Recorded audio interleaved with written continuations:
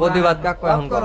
না না না তুই তুই প্রতিবাদ কাক তুই যে একটা জ্ঞানী মানুষ এই ট্রেনের টিকিটের জন্য কারণে টিকিট কাটলে এটাকে ঠিক হইছে আচ্ছা আর তুই ভোট করে দে চাল পাইস না তাহলে এটা কি হবে ভোট করে দে তুই চাল পাইস না তাহলে এটা কি হবে ওটা তো আমি পাইহাম যে তুই কম তুই না ওটা তোর প্রতিবাদ তুই মোটি ভাইস তুই মোটি ভাইস না আমার যেটা ওয়েট কেম বলে ওয়েট মানে 30 কেজি ওয়েট মানে 30 কেজি কম পাইস না বেশি পাইস এটাই কো হ্যাঁ 30 কেজি পাই এই ভুল কথা বলে